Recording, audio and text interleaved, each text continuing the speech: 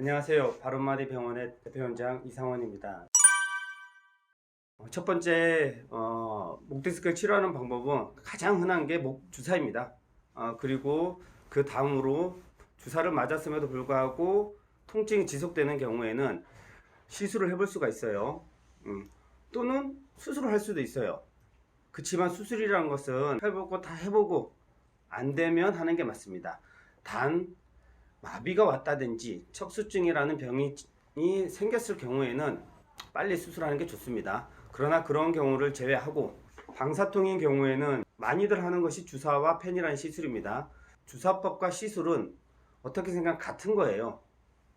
무슨 말이냐 하면 둘 다 목 뒤쪽으로 바늘을 찔러서 약물을 투입하는 것입니다. 흔히들 알고 있는 스테로이드라는 주사예요. 근데 이게 들어가서 디스크를 녹이는 것도 아니고 디스크 안에 공간을, 척추 공간을 넓혀주는 것도 아니고 단지 약물을 투입해서 증상 완화를 시키는 거예요. 이게 꼭 나쁘다고 할 수는 없어요. 왜냐? 뭐 며칠도 아프고 뭐 잠도 못 자는데 그럼 일단 해야죠. 뭐 수술이 예를 들면 수술을 하려고 해도 수술이라는 게 당장 될 수 있는 것도 아니잖아요. 그때까지 너무 아프니까 주사를 맞아서 일시적으로 완화를 시킬 수가 있어요.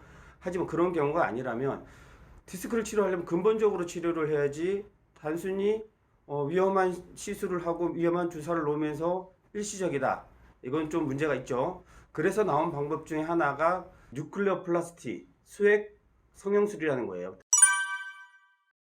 더 길게 설명드리면 저온 고주파 수액 성형술이라는 건데, 왜 저온 고주파란 말을 붙이냐면 한 20년 전에 레이저로 했던 적이 있어요.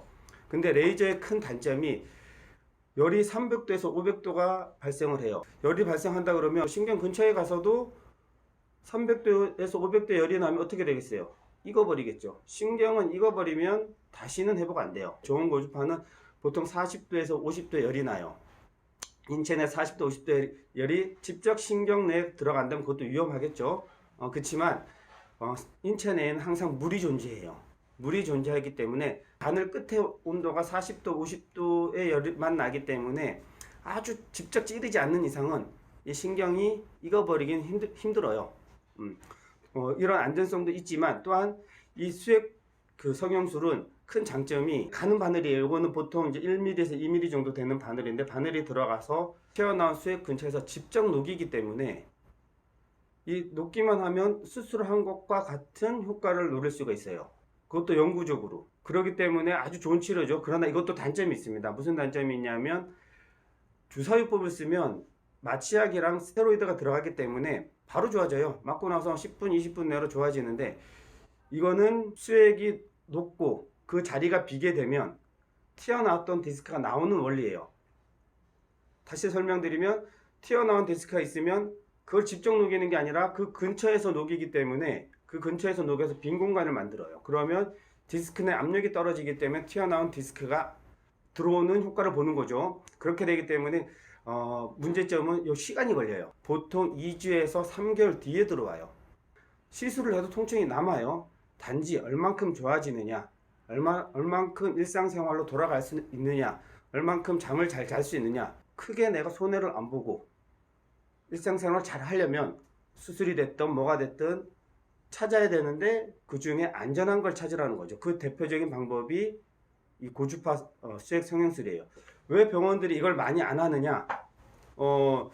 좀 건방진 얘기겠지만 생각보다 어려워요. 생각보다 경험이 많이 필요하고 하고 나서 바로 효과 나는 것을 원하기 때문에 이런 치료를 원하지 않는 거예요. 빠르면 2주, 늦으면 3개월 있다가 효과가 나타나요. 급한 한국 사람들 뿐만 아니라 급한 의사들 때문에 이 시술이 많이 하고 있지 않은 거죠. 하지만 참을 수만 있고 본인이 근본적인 치료를 원한다면 이 치료가 정답입니다. 지금까지 바른마디 병원의 이상원 원장이었습니다. 감사합니다.